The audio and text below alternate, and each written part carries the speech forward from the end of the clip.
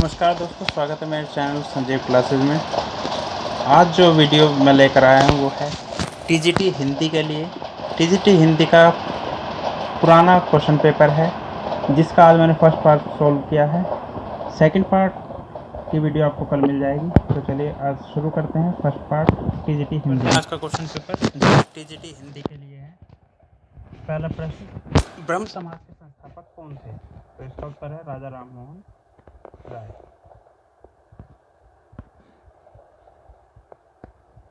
राजा राममोहन राय।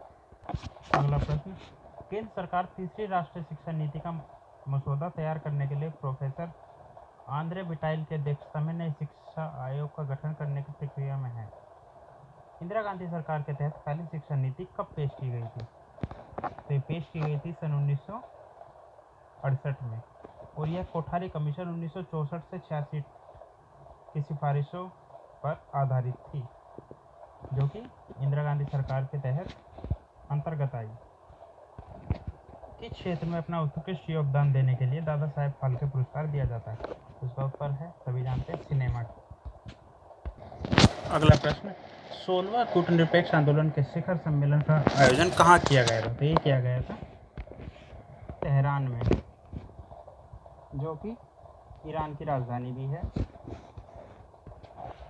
चांदी के अग्रणी निर्माता यानी चांदी का सबसे अधिक निर्माण कौन सा देश करता है? तो इसका उत्तर है मैक्सिको। भारतीय संविधान के किस अनुच्छेद के तहत संघ के प्रत्येक संगठित राज्य में लोक सेवा आयोग होना चाहिए? तो इसका उत्तर है अनुच्छेद 315। भारत का सबसे धनी मंदिर कौन सा है? शिरडी साई बाबा मंदिर, तिरुपति बालाजी मंदिर, तिरुवनंतपुरम के पद्मनाभ स्वामी मंदिर या फिर जगन्नाथपुरी मंदिर? तो इसका उत्तर है तिरुवनंतपुरम के पद्मनाभ स्वामी मंदिर। यह मंदिर तिरुवनंतपुरम के त्रिवेंद्रम शहर के बीच स्थित है और इस मंदिर में भगवान विष्णु की विशाल मूर्ति विराजमान है। अगर किसी को कोई कंफ्यूजन है तो बालाजी मंदिर जो है, तिरुपति बालाजी मंदिर, वो दूसरे नंबर पर आता है। अगला क्वेश्चन है, निम्नलिखित में से कौन सा एक ब्लॉक पर्वत है? तो इसका उत्तर है वोस्गेस पर्वत, जो कि फ्रांस में स्थित है। किसने मुक्केबाजी में लंदन ओलंपिक 2012 में 51 किलो फ्लाइंग वर्ग में कांस्य पदक जीता? तो इसका उत्तर है MC मैरी कॉम। और ये 8 अगस्त 2012 को निकोला एडम्स से 11-6 से हार गई थी, इसलिए इन्हें कांस्य पदक मिला। अगला प्रश्न है, किस पूर्व भारतीय वायुसेना प्रमुख को भारत में 12 VVIP हेलीकॉप्टर की आपूर्ति करने के लिए 3600 करोड़ के अनुबंध को छिपाने के लिए इटालियन फर्म से रिश्वत लेने के आरोप में CBI द्वारा जांचा गया? तो इसका उत्तर है SP त्यागी। अगला प्रश्न है, देखने में आपको आसान लगेगा। कैग ने कृषि ऋण माफी और ऋण की राहत योजनाओं के सकल दुरुपयोग पर गंभीर टिप्पणियां की। कैग का विस्तारित रूप क्या है? नॉर्मली देखने में लगता है कि कंट्रोलर एंड ऑडिटर जनरल, ये समझते हैं, लेकिन ये नहीं है। ये है कंट्रोलर यानी COMPTROLLER, controller and auditor general. ये इसका सही उत्तर है C। निम्न में से कौन सा एक प्रांतीय स्वायत्तता के उपाय का परिचय देता है? इसका उत्तर है भारतीय सरकार अधिनियम 1935। नेक्स्ट है, इसरो का विस्तार यानी इसरो की फुल फॉर्म क्या है? Indian Space Research Organisation. अगला प्रश्न है, 4 जुलाई 2012 को देखे गए गॉड पार्टिकल्स को क्या कहा जाता है या क्या भी कहते हैं? तो इसका उत्तर है हिग्स बोसॉन।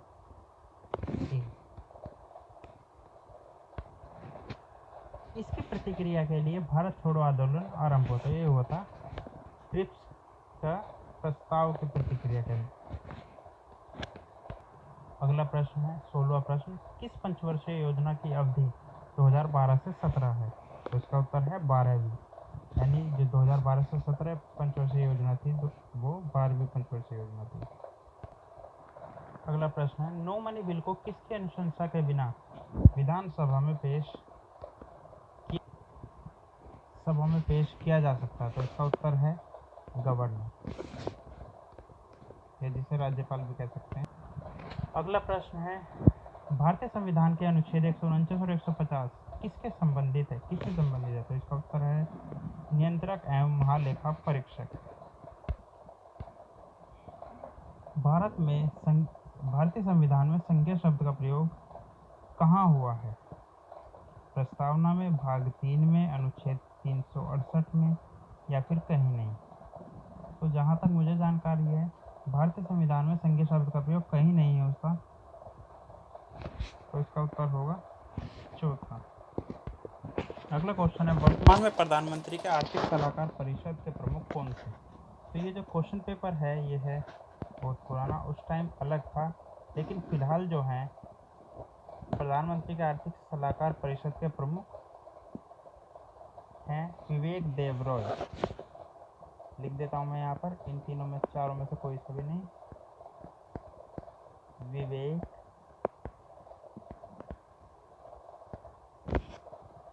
देबरॉय।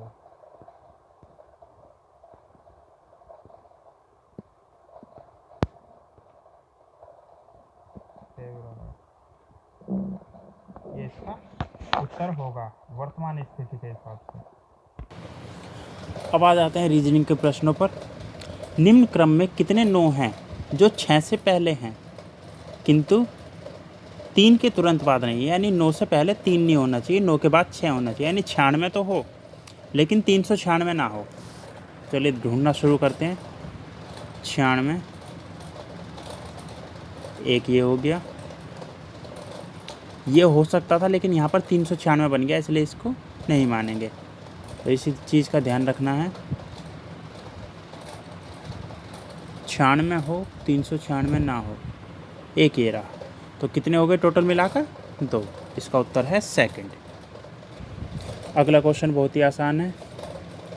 निम्नलिखित 4 में से, यानी ये और ये,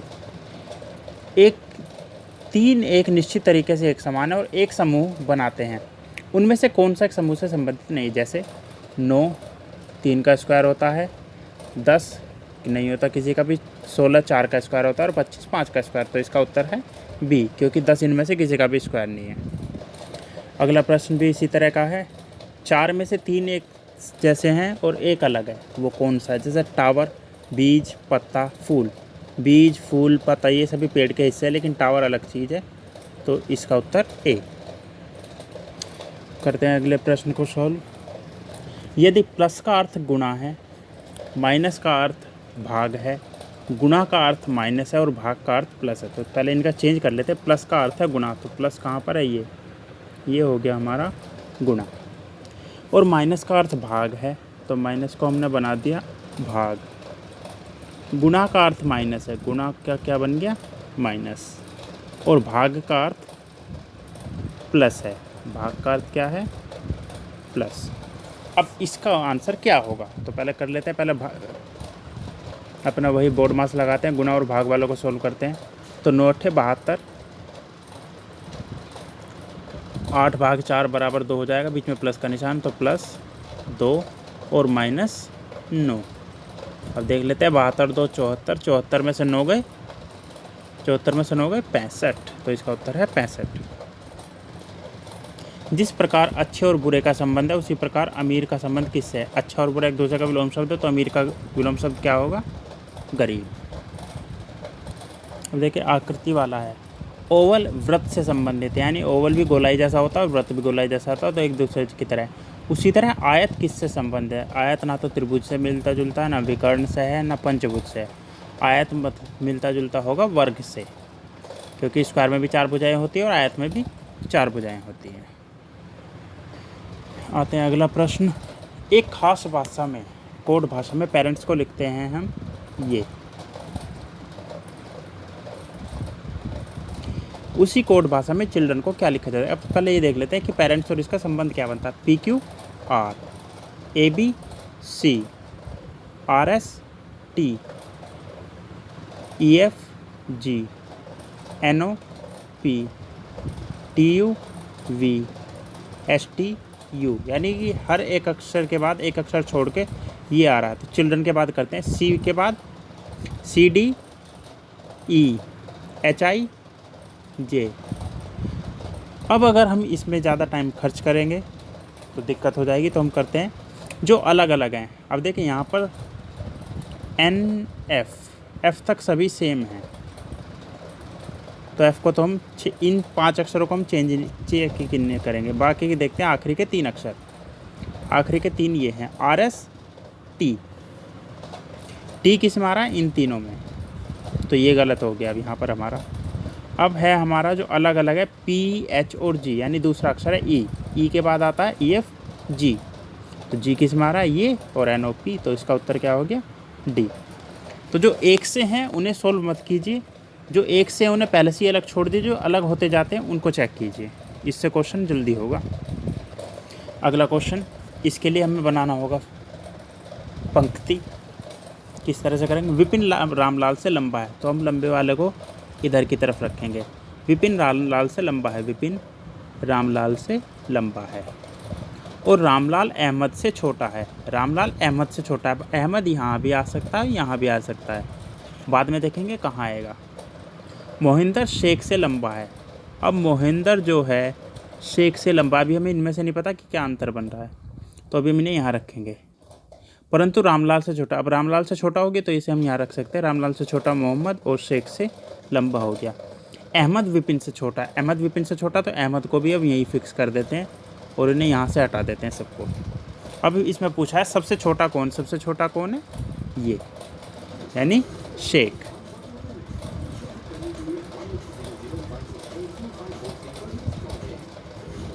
अब देखिए अगला प्रश्न है, ये है कथन और निष्कर्ष वाला। इस तरह के क्वेश्चन आपको हर पेपर में मिल जाएंगे, तो चलिए इसे सॉल्व करते हैं। पहले इनके ऑप्शन देख लेते हैं। अगर एक होगा तो ए माना जाएगा, दोनों ठीक होंगे, दूसरा ठीक होगा तो बी माना जाएगा, दोनों ठीक होंगे तो सी माना जाएगा, और कोई भी ठीक नहीं है तो डी। ठीक है, अब शुरू करते हैं। सभी पेंसिल पेन हैं, सभी पेंसिल, इसके लिए हमेशा आकृति बनाते हैं। पेन है, ये पेंसिल हो गया और ये हो गया पेन। कोई भी पेन किताब नहीं, कोई भी पेन किताब नहीं है, तो किताब बिल्कुल अलग हो गई, बुक। अब इसके जो निष्कर्ष हैं, कोई भी पेंसिल किताब नहीं है, पेंसिल ये रही, किताब ये रही, बिल्कुल अलग अलग है, बिल्कुल ठीक। कुछ पेन पेंसिल, अब देखिए सभी पेंसिल पेन हैं, तो कुछ पेन जो है वो पेंसिल बन चुके हैं, तो ये वाला भी ठीक है, तो इसके दोनों ठीक है। दोनों ठीक होने पर हम कौन सा लगाते हैं? सी। इसका जो आंसर होगा वो सी होगा। चलते हैं अगले प्रश्न पर। आगे में भी ऑप्शन यही रहेंगे, पहला वाला ए, दूसरा वाला बी, दोनों सही सी और दोनों गलत डी। चलते हैं अगले प्रश्न पर। अब देखिए अगला है कुछ चूहे खरगोश हैं, इसकी आकृति बना लेते हैं। ये हो गए चूहे, ये हो गए खरगोश, चूहे खरगोश। सभी चूहे मच्छर हैं, ये चूहे हैं, ये जितने भी चूहे हैं ये सभी मच्छर बन गए। अब जब चूहे मच्छर बने, उनके साथ साथ खरगोश भी जाएंगे कुछ। अब पूछा है इसमें कुछ मच्छर खरगोश हैं, ये मच्छर हैं, ये खरगोश हैं। जब अगर ये यहाँ से आए या यहाँ से आए तो खरगोश कुछ मच्छर तो बन ही जाएंगे, तो कुछ मच्छर खरगोश हैं, ठीक है। कोई भी मच्छर खरगोश नहीं है, कोई भी मच्छर खरगोश नहीं है, नहीं, ये दोनों एक ना कहीं तो आपस में मिलेंगे, तो कुछ तो रहेगा। तो पहले वाला ठीक है, पहले वाले के लिए हमारे यहाँ क्या आता है उत्तर? ए। नेक्स्ट, अगला प्रश्न भी इसी में से है। सभी पंखे कप हैं, सभी कप तकिए हैं, यानी सभी पंखे कप हैं और सभी कप तकिए हैं। अब निष्कर्ष आता है हमारा, सभी पंखे तकिए, सभी पंखे तकिए हैं, बिल्कुल ठीक है, पहला ठीक हो गया। सभी तकिए पंखे हैं, सभी तकिए पंखे हैं, नहीं ये नहीं हो सकता, क्योंकि सभी तकिए पंखे होने के लिए पंखे को इसके भी बाहर जाना पड़ेगा, तो ये दूसरा गलत है, पहला ठीक है, तो इसका उत्तर होगा ए। और देखिए अगला जो क्वेश्चन है वो औरतें और बुद्धिमानी के बारे में है, तो कोई भी गाली ना दे। रोमा बुद्धिमान है, रोमा एक औरत है, ठीक बात है। महिलाएं बुद्धिमान होती हैं, ये ज़रूरी नहीं है कि सभी बुद्धिमान हों, यहाँ पर कोई हो भी सकता है, कोई नहीं भी हो सकता, ये सभी के लिए है। तो महिलाएं बुद्धिमान होती ही हैं, ज़रूरी नहीं है। रोमा बुद्धिमान है क्योंकि वह एक महिला है, ऐसा ज़रूरी नहीं है, हो सकता है वो पुरुष होती तो भी बुद्धिमान होती। तो यहाँ पर दूसरा भी गलत। तो इसका उत्तर होगा ए में पहला ठीक, बी में दूसरा ठीक, सी में दोनों ठीक और डी में कोई भी ठीक नहीं, दोनों गलत। तो इसका उत्तर होगा डी। अब देखिए अगला प्रश्न है, बाकी 4 में से 3 एक समूह के हैं और एक अलग है, उस अलग को पहचानना है। परेशान करना, ठीक करना, मरम्मत करना, सुधारना, यानी ठीक करना, मरम्मत करना, सुधारना सब एक ही चीज़ें होती है, परेशान करना अलग चीज़ होती है। तो इसका उत्तर होगा ए। अब ये निष्कर्ष वाले दोबारा आ गए हैं, ऑप्शन वही रहेंगे, पहले में ए, दूसरे में बी, दोनों में सी और दोनों गलत है तो डी। सभी पेंसिलें ईंट हैं, सभी पेंसिलें, ये हो गई पेंसिल और ये हो गई ईंट, यानी जितनी भी पेंसिल है वो सारी ईंट के अंदर ही आएंगी। और सभी ईंटें बोतल हैं, सभी ईंटें आ जाएंगी अब बोतलों के अंदर। अब निष्कर्ष है, कुछ ईंट पेंसिल हैं, कुछ ईंट पेंसिल हैं, सही जवाब। कुछ बोतलें ईंट है, कुछ बोतलें ईंट हैं, ये भी ठीक है। तो इनमें दोनों ठीक है, दोनों ठीक होने पर क्या होता है हमारा उत्तर सी। अब देखिए कथन वही है लगभग, सभी पेंसिलें ईंट हैं, पेंसिलें ईंट हो गई और सभी ईंट बोतलें हो गई। सभी पेंसिल बोतलें हैं, सभी पेंसिल बोतलें हैं, ठीक है। जब सभी पेंसिल ईंट है और ईंट बोतल बन गई तो पेंसिल भी बोतल बन गई। सभी ईंटें पेंसिल हैं, सभी ईंट पेंसिल, ये गलत है क्योंकि कुछ ही ईंट पेंसिल है। तो इसका पहला ठीक है, तो पहले ठीक होने पर क्या लगाते हैं हम उत्तर ए। अब देखिए कुछ पेड़ घोड़े होते हैं, कुछ पेड़ घोड़े होते हैं, ये हो गए पेड़, ये हो गए घोड़े। बिस्किट पेड़ हैं, अब बिस्किट पेड़ यहाँ पर भी हो सकता है, यहाँ पर भी हो सकता है और यहाँ पर भी हो सकता है। जब इस तरह की स्थिति आ जाए तो हम इसे नेगेटिव में मानते हैं, यानी हमेशा उत्तर नहीं होगा। सभी बिस्किट पेड़ नहीं होते। अब ये अगर ये यहाँ पर आ जाता तो सभी बिस्किट पेड़ हो रहे हैं, यहाँ आ जाता तो सभी बिस्किट पेड़ नहीं होते। तो इसका उत्तर ये भी नहीं माना जा सकता। कुछ घोड़े पेड़ होते हैं, अब देखिए घोड़े ये रहे, पेड़ ये रहे, पेड़ यहाँ भी आ सकता था और यहाँ भी आ सकता था, तो ये भी कन्फ्यूजन वाला, इसमें भी ये भी गलत, तो दोनों गलत है। तो क्या होगा उत्तर डी। अब देखिए ये उसी तरह का आ गया है, निशान बदलने वाला। भाग का अर्थ प्लस है तो भाग को कर देते हैं हम प्लस, माइनस का अर्थ भाग है, माइनस को कर देते हैं भाग, गुणा का अर्थ माइनस है, गुणा को कर देते हैं माइनस, और प्लस का अर्थ है गुणा, तो इसको कर देते हैं गुणा। तो बोर्ड मास में हम सबसे पहले गुणा और भाग को सॉल्व करते हैं, तो लिखते चले जाते हैं 2 प्लस 8 भाग 4 है तो 2 हो जाएगा, 8 भाग 4 है तो 2 हो गया, फिर माइनस का निशान, 12 गुणा 4, 12 चौक 48। अब देखिए 2 और 2 4 हो गए और 48 में से 4 गए 44, लेकिन माइनस की संख्या बड़ी है इसलिए माइनस का 44 होगा, तो उत्तर होगा इसका बी। चलिए शुरू करते हैं अगला प्रश्न। गोल धारे में बैठाना है सबको, A B C D E F G, यानी गोल मेज है, उसके अंदर की तरफ मुँह करके बैठे हैं एक दूसरे की तरफ। बी एफ के दाएं ओर तीसरे स्थान पर है, अगर एफ यहाँ पर है तो ये इसके दाएं ओर तीसरे स्थान पर है, 1 2 3, तो बी हो गया यहाँ पर, ठीक है। ए डी के दाएं ओर दूसरे स्थान पर बैठा है, अभी हम मान लेते हैं कि डी यहाँ पर है,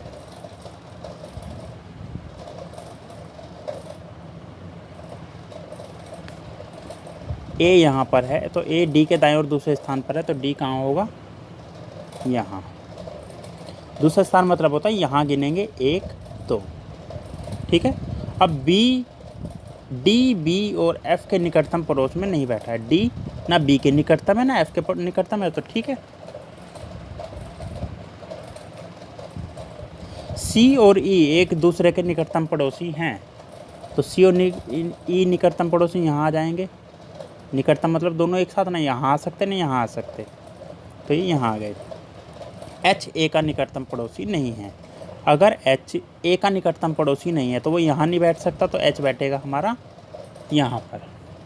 इसके बाद सी और एफ के बीच में कोई नहीं बैठा, सी एफ के बीच में कोई नहीं बैठा, बिल्कुल ठीक। अब बचा क्या, 1 2 3 4 5 6 7 हो चुके हैं और होने चाहिए कितने हमारे, 8। बचा कौन, ए हो गया, बी हो गया, सी हो गया, डी हो गया, ई हो गया, एफ हो गया, जी रह गया। तो जी को हम बिठा देंगे खाली जगह यहाँ पर, ठीक है। अब इसके अनुसार हम करेंगे बाकी के सोल्व। तो सबसे पहले इस पेज को सेव कर देते हैं, ठीक है, ताकि क्वेश्चन देखते टाइम हम ये चेक कर सकें। बी के ठीक दाएं बाएं और कौन बैठा है, तो बी ये रहा, बी के बाएं और कौन बैठा है हमारा, ई। बी के ठीक बाएं और कौन बैठा है, ई। अगला, जी और एफ के बीच में कौन बैठा है, जी और एफ के बीच में, ये रहा जी, ये रहा एफ, दोनों के बीच में आ रहा है हमारा ए। जी और एफ के बीच में कौन आ रहा है, ए। नेक्स्ट, उपरोक्त व्यवस्था में ई के संबंध में डी, ई के संबंध में डी, ई ये रहा, डी ये रहा हमारा, तो ई डी से कहाँ पर है, पहला, दूसरा, तीसरा, दाएं और तीसरा।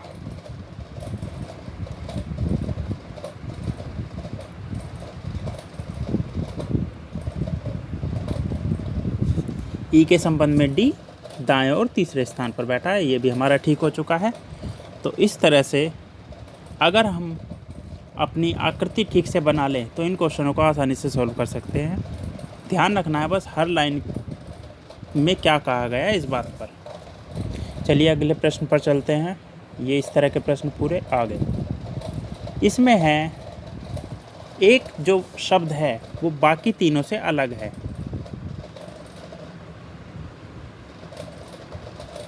इसका अर्थ बताना है हमें, क्या होगा, यानी 61वें में प्रश्न है अंधकार। अंधकार का मतलब इनमें से क्या है, अंधा, आसमान, धूप या अंधेरा। तो अंधकार का मतलब होता है अंधेरा। कोयल का अर्थ क्या होता है, कुबेर, कुटिल, कुशल। कोयल का मतलब होता है कोकिला। पहाड़, पहाड़ का आपने सुना भी होगा गिरिराज, तो गिरी, पहाड़ का मतलब होता है गिरी। इसके बाद कितने प्रकार के व्यंजन होते हैं, तो व्यंजन हमारे होते हैं कुल मिलाकर 5 प्रकार के। इनके नाम भी सुन लेते हैं साथ के साथ। स्पर्श व्यंजन, अंतस्थ व्यंजन, ऊष्म व्यंजन, आगत व्यंजन और संयुक्त व्यंजन। चलते हैं अगले प्रश्न पर। वर्ण कितने प्रकार के होते हैं, तो वर्ण होते हैं 2 प्रकार के, स्वर और व्यंजन। अगला, सुंदर शब्द का भाववाचक संज्ञा रूप क्या होगा, सुंदर का होता है सुंदरता। गरीब शब्द का विलोम शब्द क्या होगा, गरीब का होता है अमीर। रंक होता है राजा का, वीर होता है। इशारों पर नाचना मुहावरे का अर्थ है वश में करना।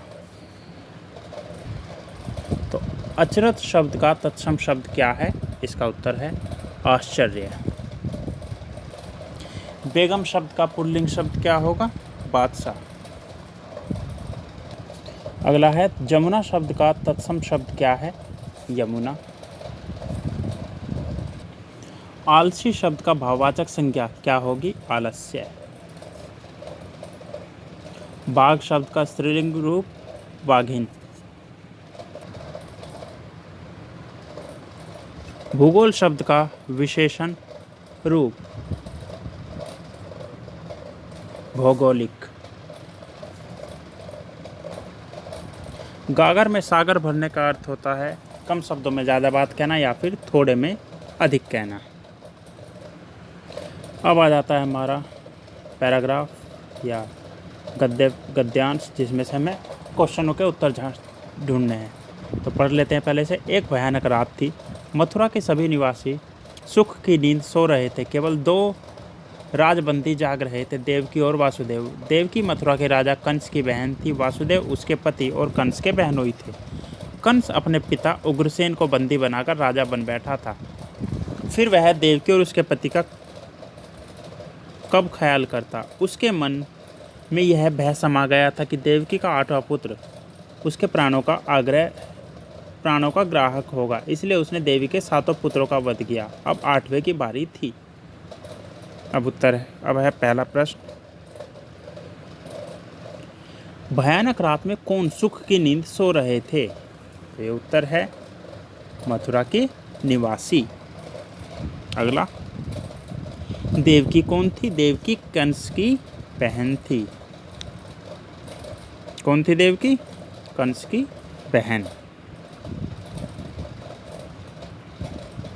कंस ने देवकी के कितने पुत्रों का वध किया था? अभी तक उसने 7 पुत्रों का वध कर चुका था, 8वें का इंतजार कर रहा था। वासुदेव कौन थे? वासुदेव थे देवकी के पति। अगला, कंस ने देवकी को बंदी क्यों बनाया था? उग्रसेन को वध करने, वासुदेव का वध करने, देवकी के पुत्रों का वध करने, देवकी या 8वें पुत्र का वध करने? उसने किया था शुरुआत में तो वैसे उसने 8वें पुत्र का वध करने के लिए किया था, फिर उसने लेकिन सोचा कि 8वां को तो कोई भी हो सकता है, पहले बाद की तरफ से गिने तो पहला 8वां, पहले की तरफ से गिने तो बाद 8वां, इसलिए उसने सभी को मारने का निश्चय किया, तो उसके देवकी के पुत्रों का वध करने के लिए। अगले पे चलते हैं। तो दोस्तों वैसे तो मैंने सोचा था कि पूरे क्वेश्चन पेपर अभी सोल्व करूंगा, लेकिन क्वेश्चन काफ़ी ज़्यादा हैं, अभी लगभग 100 क्वेश्चन बचे हुए हैं और वीडियो हो चुकी है लगभग 26-27 मिनट की। तो इसका सेकंड पार्ट कल सोल्व करेंगे। तब तक के लिए पहला प्रश्न मैं आपके लिए छोड़ देता हूँ। हिंदी साहित्य सम्मेलन प्रयाग द्वारा दी जाने वाली सर्वोच्च उपाधि क्या है? ज्ञानपीठ, साहित्य रत्न, साहित्य वनस्पति या फिर पद्म विभूषण? इसका उत्तर आप कमेंट में दीजिए अगर आपको पता है तो, वरना कल जब सेकंड पार्ट इसका बनाऊंगा तो उसके साथ मैं इसका उत्तर दूंगा। मिलते हैं अगली वीडियो में कल। तब तक अगर वीडियो अच्छी लगी और क्वेश्चन आपको समझ में आए तो वीडियो को लाइक कीजिए, शेयर कीजिए और चैनल को सब्सक्राइब कीजिए अगर अभी तक नहीं किया है तो। धन्यवाद।